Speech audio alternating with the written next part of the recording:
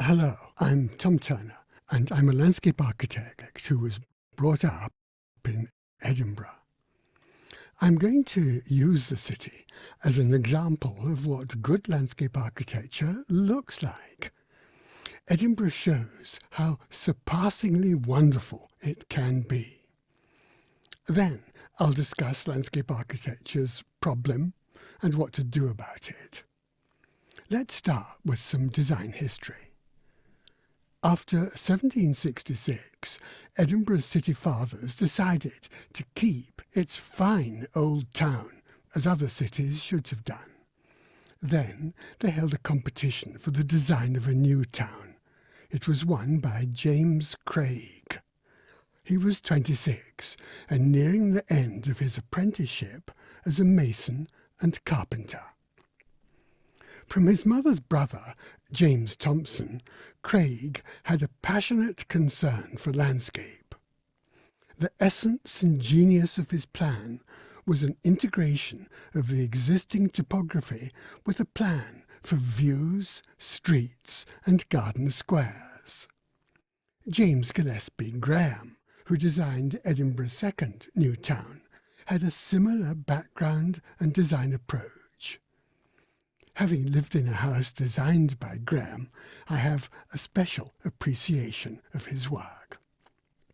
It was pure landscape architecture, with no proposals for the building architecture.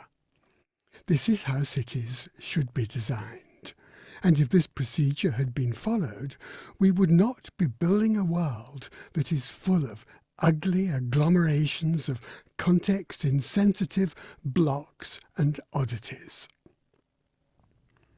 The plan for Edinburgh New Town is likely to have drawn on the planning of Renaissance gardens, as I've discussed in another video on the new town, and on the woods plan for the Circus and Royal Crescent in Bath.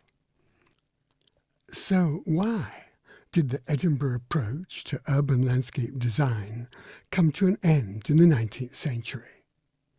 Two things went wrong. First, the word landscape came to be associated with gardens and therefore with planting and landscaping.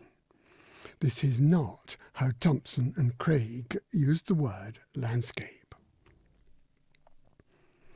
Second, and also in the 19th century, the word architect came to be associated with buildings for human habitation. Its older use and its etymology had been with the task of integrating any set of construction technologies. Civil architects, military architects, naval architects, and landscape architects obviously need different groups of skills. So you wouldn't ask civil architects to design ships or landscapes, nor should you ask them to design context-sensitive city plans. As so comprehensively proved by the 20th century, building architects do not have the necessary education or skills.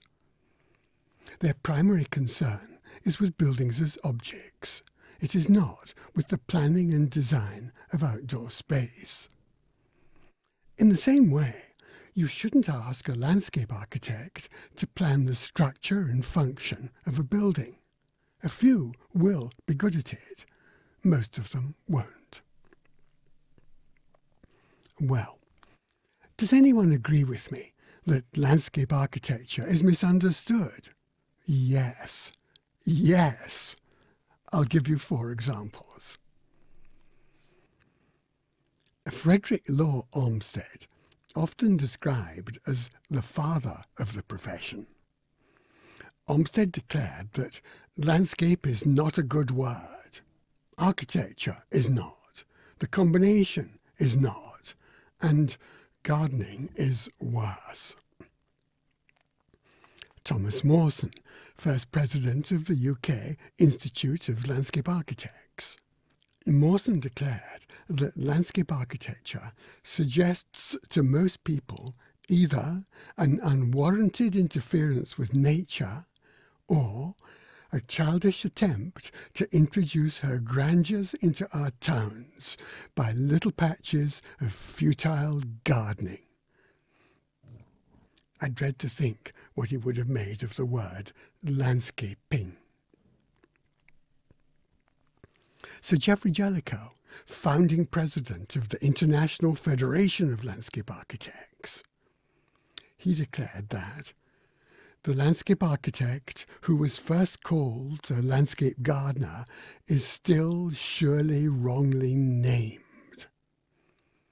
Tom Turner, that's me.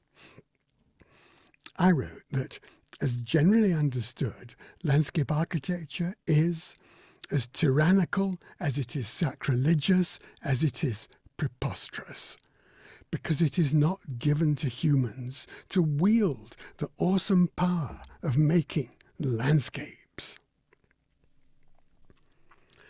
So how do we solve the problem and make better cities?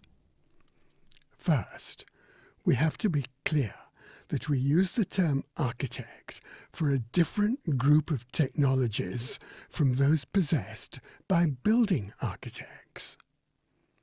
Second, we must explain that we use the term landscape to mean a composition of landform, water and plants with buildings and pavings.